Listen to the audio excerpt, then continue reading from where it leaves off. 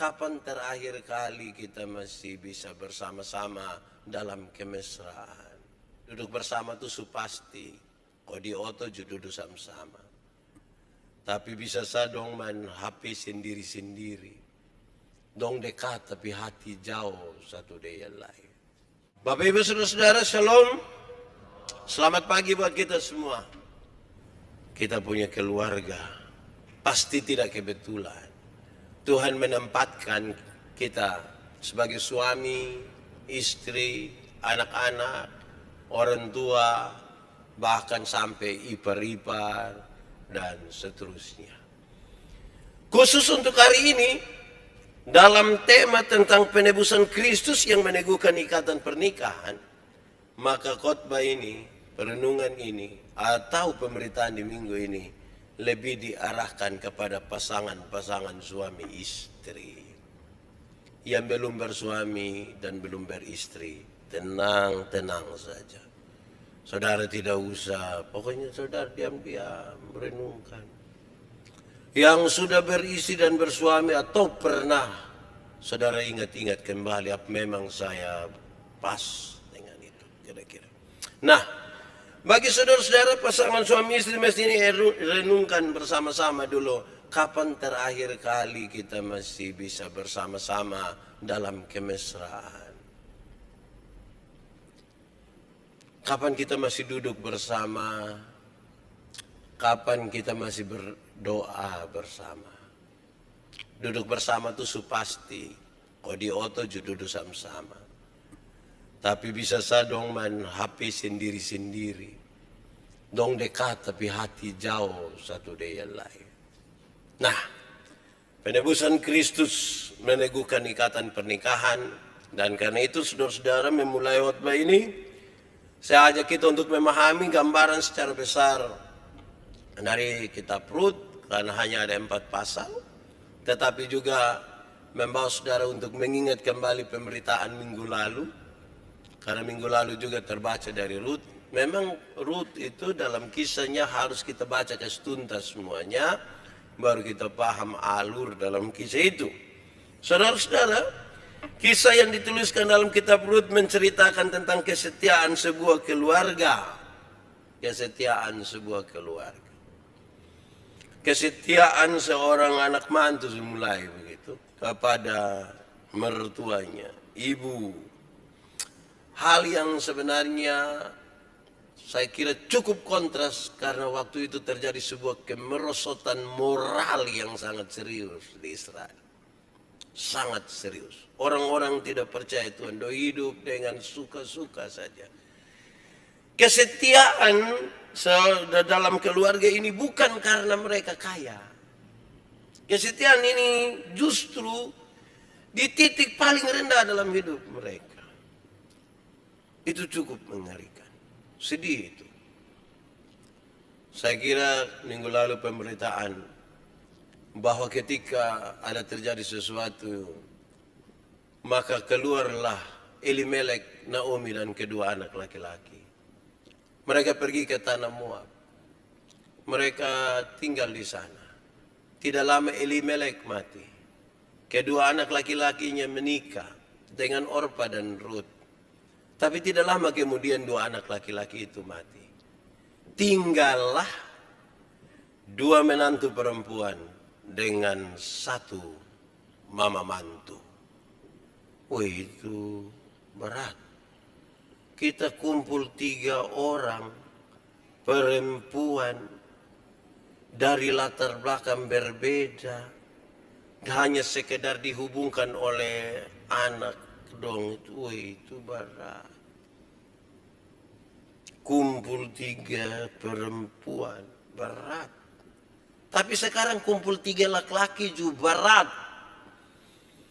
Karena ini tinggal sama-sama. Lalu kisah itu berlanjut saudara. Bahwa setelah itu dia dengar Tuhan sudah kerjakan baik di Efrata, di Bethlehem. Dia mau pulang. Tapi 2 anak mantu ini mau ikut. Berhasil itu suami, walaupun dia sumati, tapi dia berhasil mendekatkan anak mantu dengan mama mantu. Memang kadang-kadang posisi paling sulit itu kita laki-laki ini. Sulit. Kita mau pi mama, istri bilang pi, mama tunggu pi. Tapi kita tidak pi, mama bilang, sudah apa mama baru jadi. Kita pusing tempatkan diri itu. Tapi baik, ini anak dua ini, walaupun don tidak terlalu lama, tapi don berhasil kas dekat dompu mama dengan dompu istri don itu mantap itu. Semoga kita don pun begitu. Tapi kadang-kadang anak mantu dan mama mantu don duduk ke hati panas. Saudara-saudara lebih lanjut lagi.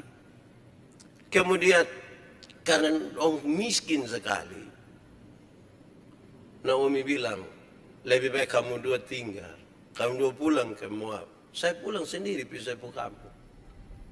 Omong begini, dua menangis. Menangis. Tidak mau. Wih, menangis apa?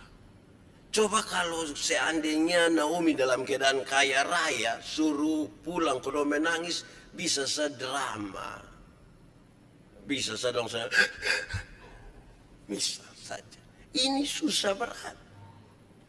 Tapi kemudian tidak. Dia ngomong sekali lagi. Pulang. Pulang. Orpa memilih untuk pulang. Tapi Ruth tidak mau. Ruth mau ikut. Ruth mengatakan hal yang luar biasa. Di mana mama mati, di situ pun mama saya mati. Di mana mama tinggal, di situ pun saya tinggal. Wih, luar biasa. Itu luar biasa. Kok tidak ada apa-apa ini? Coba kalau Naomi kaya raya aman. Itu pasti dia pungkawan dong. WA dia kok kasih tahu bilang, sabar-sabar lagi. Mungkin 10 tahun saja. As itu sertifikat lu subawa itu. Jadi tahan. Tapi ini tidak ini. Dia memang betul-betul karena cinta itu. Dia pergi. Tapi ada satu keputusan yang lebih penting di situ, saudara.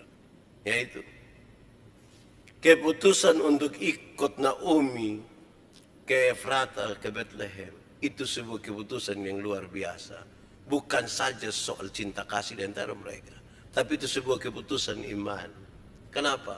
Kalau dia kembali ke Moab, dia akan kembali beribadah kepada Allah-Allah yang disembah oleh orang Moab. Karena itu waktu dia pergi ikut dia punya mama mantu, itu dia ambil sebuah keputusan untuk tetap menyembah kepada Tuhan Allah. Saya kira cukup berhasil ini suami, walaupun don tidak lama, tetapi berhasil untuk bukan saja kesedekat anak mantu dengan dompu mama, tetapi juga untuk mengenal Tuhan Allah. Saya kira itu hal yang luar biasa. Saudara-saudara, Boas kaya raya dan masih mempunyai hubungan keluarga dengan Elimelek. Dia bersedia untuk membeli tanah yang dijual oleh Naomi. Dia bersedia. Nah, saudara-saudara, karena itu maka kita memahami dulu dua kata kunci dalam tema ini. Penebusan Kristus meneguhkan ikatan pernikahan. Kita lihat dulu tentang penebusan. Nanti ikatan pernikahan sebentar kita bicara. Penebusan itu saya bagi dua. Pertama penebusan di Israel. Penebusan dalam konteks perjanjian lama. Di perjanjian lama itu penebusan itu menarik. Kenapa? Karena yang pertama, orang yang menebus anak saudara itu dia menebus mereka dari perbudakan. Jadi kalau sanak saudara mereka itu menjadi budak, maka penebus itu membebaskan mereka. Imamat 25 ayat 48. Seorang penebus itu akan menuntut balas atau hutang darah dalam kasus pembunuhan keluarganya. Bilangan 35 ayat 19. Jadi bukan saja penebus itu menebus mereka dari perbudakan, dari kerja paksa, Tapi penebus itu juga menuntut hutang darah terhadap sanak saudara mereka yang dibunuh. Yang ketiga, saudara-saudara, penebus itu membeli tanah keluarga yang telah dijual. Dia pun tugas begitu. Dia menebus tanah keluarga yang dijual. Woi, saya bayangkan untung baik dong di sana baru itu hari. Kalau dong sekarang penebus itu akan pusing. Kalau jual habis di sini, di tebus di sini, kita jual di situ lagi. Ada orang tugas jual, ada tugas tebus. Ini lama-lama kita mati. Keempat, saudara-saudara, penebus itu bertanggung jawab mempertahankan nama keluarga dengan mengawini janda sanak saudara yang memiliki anak. Penebus pun tugas segitu. Kawin nama dia pun istri. Supaya kemudian dong nama keluarga itu tetap ada. Ulangan pasal 25 ayat 5 sampai 10. Kesimpulannya, saudara, dari 4 hal itu, kesimpulannya adalah seorang penebus bertanggung jawab untuk menjamin nama, harta, dan keturunan keluarganya. Saudara-saudara, karena Boas adalah keluarga Elimelek, maka dialah yang bertugas untuk menebus. Jika Boas tidak menjalankan tugas ini, maka nama Elimelek akan lenyap, tidak ada lagi. Saudara-saudara, pada pasal 3 ayat 11 sampai 13, meskipun Boas berjanji akan menjadi penebus bagi Rut dengan menikahi Rut, namun Boas tidak gegabah. Dia tidak buru-buru. Dia tidak mau melanggar hukum. Dia tidak mau buru-buru. Dia ada uang, dia ada semuanya. Dia bisa menebus, tapi dia tahu bahwa ada ketentuan hukum. Dia bukan yang paling berhak. Ada satu keluarga yang lebih dekat.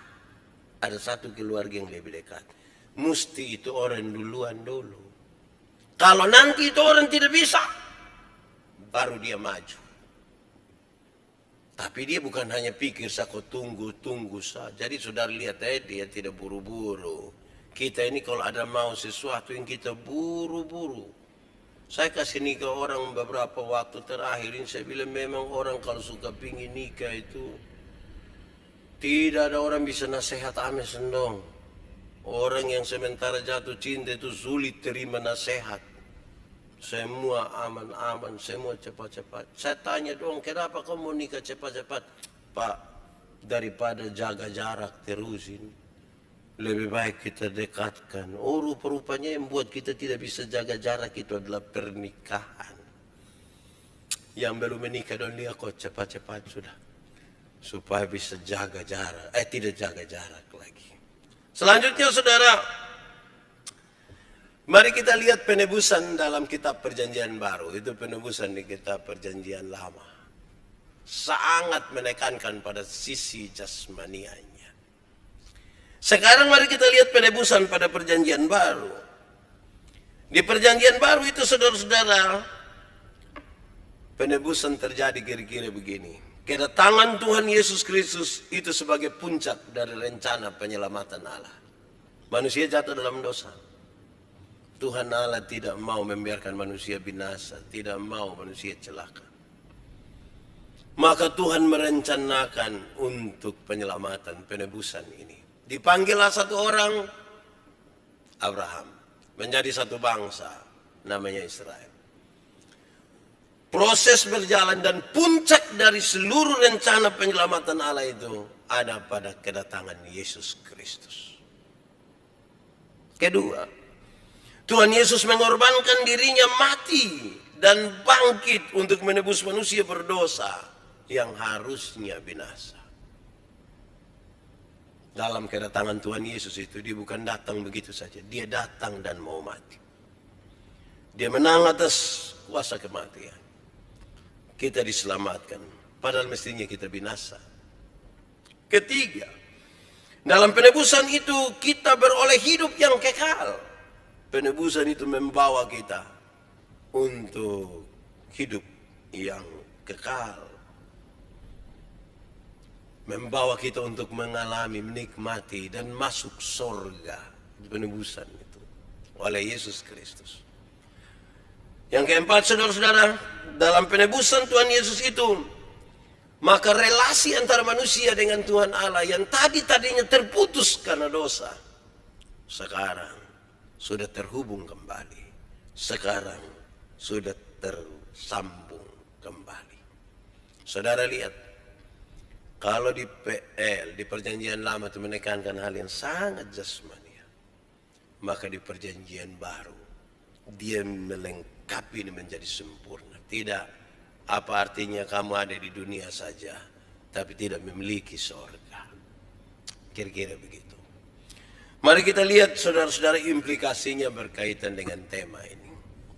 Penebusan Kristus meneguhkan ikatan pernikahan. 1. Ikatan pernikahan yang dilandasi oleh penebusan Tuhan Yesus Kristus, maka masing-masing mereka akan makin dekat dengan Tuhan. Suami istri yang mengalami penebusan Tuhan Yesus, maka suami akan dekat dengan Tuhan, istri juga akan dekat dengan Tuhan. Kalau suami dekat dengan Tuhan, istri dekat dengan Tuhan, maka dorang dua akan semakin dekat. Itu keluarga. Itu suami yang betul-betul melandasi pernikahan mereka di dalam penebusan Kristus yang luar biasa. Maka mereka dekat dengan Tuhan. Mereka juga dekat di antara mereka. Sehingga kalau hari ini kita jauh, hari ini kita rasa sudah ada jarak, kita rasa suami mulai berubah, istri juga sudah berubah. Kita rasa dia tidak dulu lagi. Maka kemungkinan besar mungkin dia hati jauh dari Tuhan. Suami hati jauh dari Tuhan, istri hati jauh dari Tuhan. Mari baku aja kita makin dekat dengan Tuhan supaya buat kita makin dekat. Jangan sampai kita sudah terlalu lama nikah. 15, 20, 30 tahun kok akhirnya kita biasa-biasa. Kita biasa-biasa sampai mama berkira siapa kok. Wih, kalau sampai ada suami yang tak kuju bangun dah beli istri sampai mama tak kira siapa. Wih, itu pasti mam tua kaget itu. Pasti mam tua langsung lu mimpi apa? Paling begitu. Nah, kedua saudara-saudara, ikatan pernikahan yang dilandasi oleh penebusan Kristus, mereka mau hidup bersama-sama sampai maut memisahkan. Sampai maut memisahkan. Ikatan pernikahan yang dilandasi oleh penebusan Kristus itu, dorang dua mau hidup sama-sama sampai maut pisahkan. Tidak boleh ada perceraian. Dong tidak mau. Itu kata cerai itu dong subuang dalam lompong kamus hidup. Tidak ada. Mau masalah apapun, maut yang pisahkan. Tapi itu tidak berarti tiap hari suami hanya duduk kotanya dan tertahu mam tua pu maut kapan. No. Lama-lama saya sudah dekatkan mam tua dengan maut ini. Jangan begitu juga. Biarlah maut itu berjalan apa ada sah. Karena suami-suami, istri-istri yang menyadari bahwa ikatan pernikahannya dilandasi oleh penebusan Kristus, maka dia mestinya mau untuk hidup bersama-sama terus sampai maut, menikmati betul-betul perjalanan hidup ini yang sering naik, sering juga turun, sering biasa-biasa saja, datar-datar saja. mengalami banyak sekali perubahan. Perubahan itu mungkin juga perubahan fisik, mungkin juga perubahan suasana, mungkin juga banyak perubahan lain. Tapi kan kita landaskan itu pada penebusan Kristus, kita mau berjalan bersama-sama. Terus sampai maut memisahkan.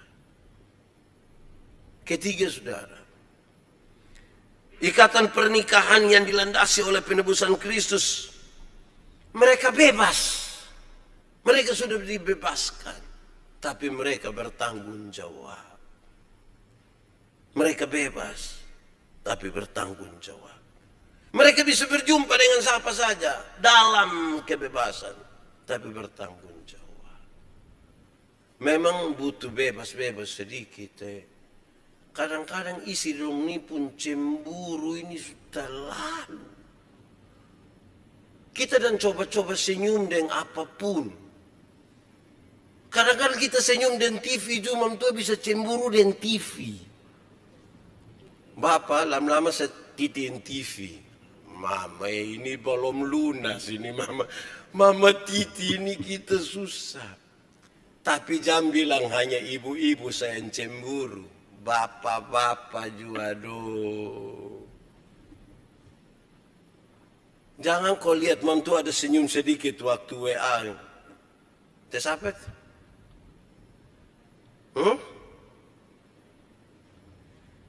Yang kawan dulu itu. Aha. Ada harus kebetulan berapa hari ini ke apa kok? Bab tuh ada sekarang ke Karmana, ke Asarang begitu. Jadi yang hidup di dalam kasih Kristus itu betul-betul dalam penebusan Kristus itu mereka tahu bebas tapi bertanggung jawab. Itu saya kira hal yang luar biasa. Itu hal yang luar biasa sekali. Karena apa? Karena mereka sadar betul Tuhan menebus kita. Relasi ini kan jadi baik toh. Maka kita bebas tapi bebas bertanggung jawab betul-betul. Bebas mengekspresikan kita punya rasa. Saya takut bahwa kita ini tidak pernah dengar kata cinta lagi. Kita ini jarang dengar itu kata dari suami, dari istri. Mungkin 5 tahun, mungkin 6 tahun. Jadi terkujud dengar ini khotbah ini terus pulang suami berpikir betul beta sulama sana om cinta. Biarin hari beta bilang dulu mama beta cinta mama. Mam tua tinggal bilang mau apa na omong aduh lebe kau su bikin ke anak SMA dong ini. Karena kita sudah terlalu terbiasa tidak bicara itu. Kita sudah biasa-biasa. Sepertinya perjuangan kita itu hanya perjuangan sampai di pelaminan sah. Selewat dari itu kita sudah. Berjuang itu berjuang terus. Dia harus sampai di perjuangan tanpa. Jangan berhenti. Saya takut kalau kita pun kemesraan sudah tidak ada. Saya takut kalau kita biasa-biasa saja. Hanya karena kita kebetulan tinggal satu rumah. Tinggal satu rumah hanya kebetulan itu bahaya. Kita rasa kita sangat jauh. Apalagi kalau alasan panas kok kita mulai tidur separuh di kamar sebelah, separuh. Bapak mengalah biar beta tidur di lantai sama mama di atas. Tidak apa. Itu pasti ada hal. Dan nanti jangan sampai baru mau sentuh sedikit. Kok ada panas begini bu. Jangan yang surencana begitu dong. Kasih dingin hati. Supaya baik-baik itu. Keempat saudara-saudara. Ikatan pernikahan yang dilandasi oleh penebusan Kristus. Menjadikan rumah tangga mereka itu adalah gambaran relasi manusia dengan Tuhan Allah. Gambaran relasi. Saya sengaja bedakan ini dengan yang pertama. Supaya kita lihat bahwa begini. Rumah tangga yang melandasi pernikahan mereka di atas penebusan Kristus itu melihat rumah tangga mereka. Orang melihat relasi dengan Tuhan Allah. Gambaran tentang Israel dengan Tuhan Allah itu yang gambaran mempelai laki-laki, mempelai perempuan. Siapakah dia yang muncul di padang gurun, yang bersandar pada kekasihnya? Omong padang gurun itu di pengkhotbah Kidung Agung. Itu kan bicara tentang sebuah suasana yang gersang sekali. Kering. Badai gurun bisa datang kapan saja. Kalajengking beracun, ular kobra. Masalah-masalah di gunung serius. Tetapi seperti seorang mempelai perempuan menaruh kepala pada pundak kekasih. Yang belum menikah jangan renungkan, saudara belum bisa dapat dia pun. Coba ibu-ibu renungkan, bapak-bapak renungkan kalau istri taruh kepala di sini. Rasa apa coba? Damai, aman. Berarti merasa penuh cinta. Baru dia menyanyi. Berada di pelukanmu, mengajarkanku. Begitu. Ibu-ibu rasa bangga. Biar dia pun suami pun dada rata saja. Tetap dia bangga. Surata lebar bintik-bintik putih. Tetap dia merasa itu. Itu gambaran yang luar biasa. 40 tahun dalam perjalanan di padang itu. Orang melihat dan susah-susah sama-sama. Senang sama-sama. Kan bagus tuh. Banyak kita sudah berubah. Saudara, saya ingat, saya omong kemarin juga. Ada satu keluarga kok. Satu saat dia punya istri protes. Papa ini sudah berubah. Papa sudah tidak kayak dulu lagi. Bapak lain. Bukan sama kayak dulu kita masih pacaran. Waktu dia bilang, berubah di mana? Bapak dulu ini pacaran. Bapak masih traktir makan. Beli cincin. Sedikit-sedikit bilang tutup mata. Mau taruh ini. Sekarang kenapa itu tidak ada lagi? Dia pun suami jawab santai mama tapi cek. Nelayan mana yang kalau sudah dapat ikan dia masih buang umpan lah mama. Sudah ada itu.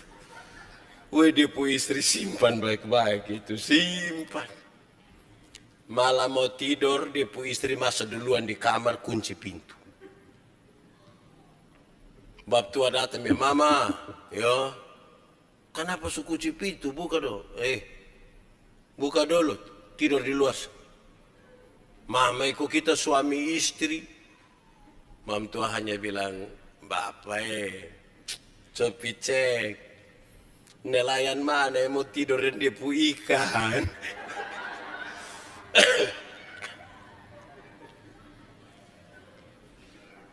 Aduh, ini relasi ikan dan nelayan ini ke mana? Bicari ikan di dalam laut tapi bakarnya di pinggir pantai nih. Newa atur ko bye-bye atur ko bye-bye. Tapi jangan penuh drama dan kemunafikan. Itu hari saya pernah kasih tahu saudara. Ada satu waktu orang heran dengan ada suatu suami punya mengasihi istri itu memang terlalu. Suami terlalu mengasihi istri. Sampai orang-orang heran dan bertanya, Pak, kami lihat Pak yang terlalu sayang Pak istri. Tidak seperti kami ini. Bapak pakai cara apa sampai bisa begitu? Bapak tuh yang begini. Ini terjadi beberapa waktu lalu. Satu saat saya lihat istri dia goreng ikan. Terus dia taruh di meja makan. Kucing di rumah datang makan ame itu ikan.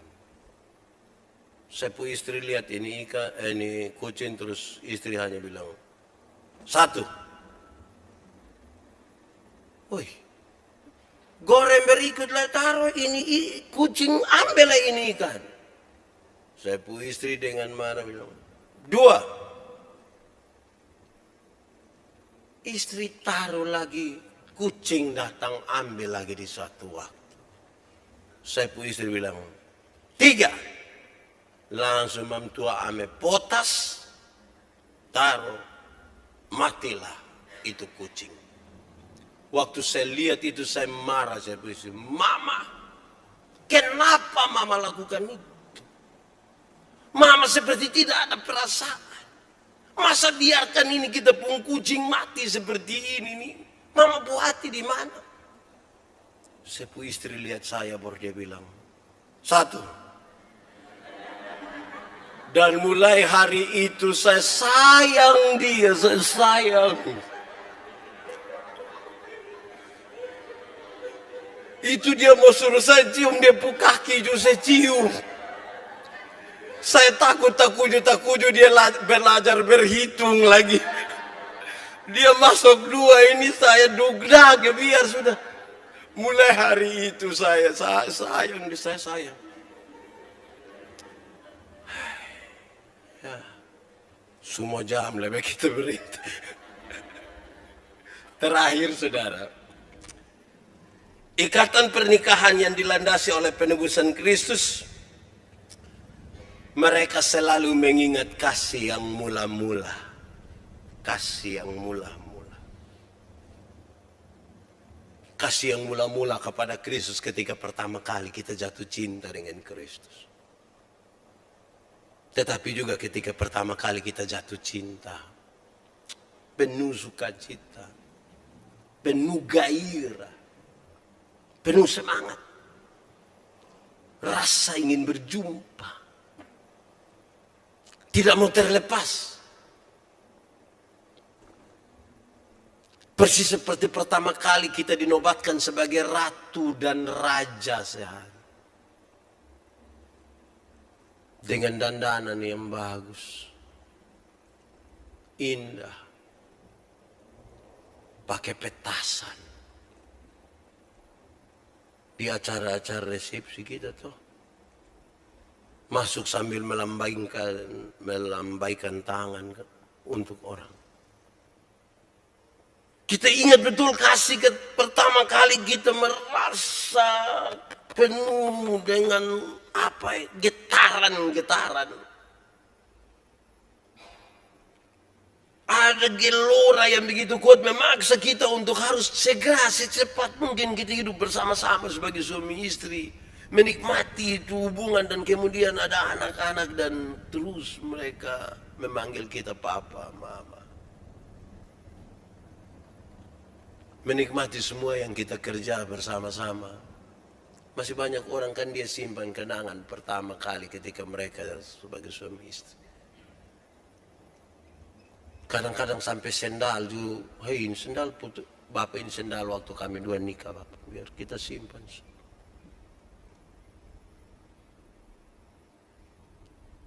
Mungkinkah kita masih ingat kasih mula-mula?